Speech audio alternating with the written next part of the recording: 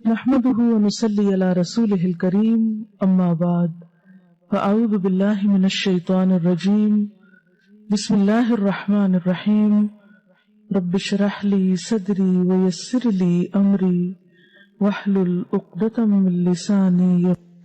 لیکن عموماً ہم دعا مانگنے میں کچھ ایسی غلطیاں کرتے ہیں کہ جن کی وجہ سے دعا قبول نہیں ہوتی. اس میں سب سے بڑی غلطی یہ ہوتی ہے کہ بسا اوقات ہم دعا تو مانگتے ہیں لیکن غفلت کے ساتھ توجہ نہیں کرتے.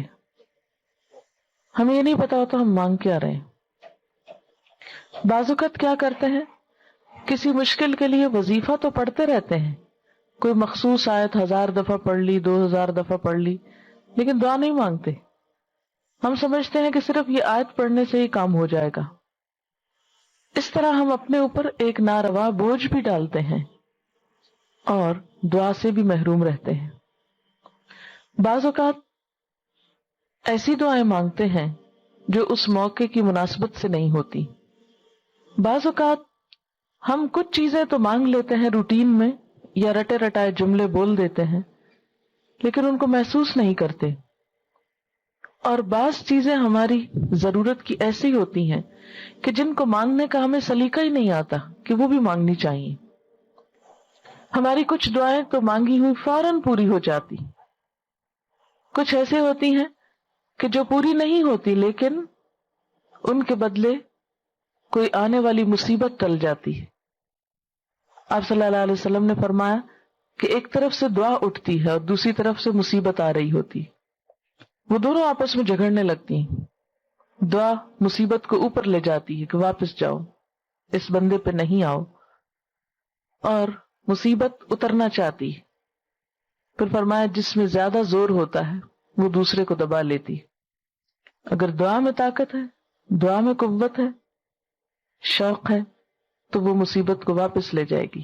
اور اسی طرح اگر دعا پھیکی ہے، ڈھیلی ڈھالی ہے، یا مانگی نہیں یا پوری نہیں، تو پھر مصیبت آ جاتی ہے.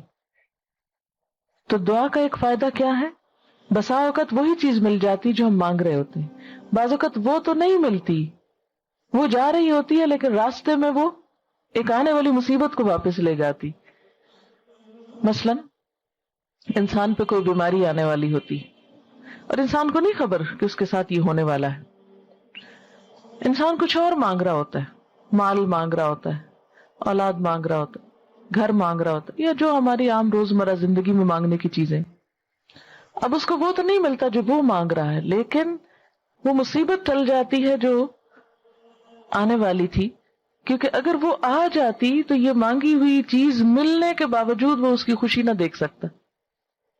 مثلاً اگر ایک انسان کی موت آ رہی اور وہ زندگی نہیں مانگ رہا، وہ گھر مانگ رہا ہے، اگر اس کی دعا اسی طرح قبول کر لی جائے، اس کو ایک اچھا گھر مل جائے، لیکن گھر ملتے ہی اس کی زندگی باقی نہ رہے، تو اس کو اس گھر کے ملنے کا کیا فائدہ ہوا؟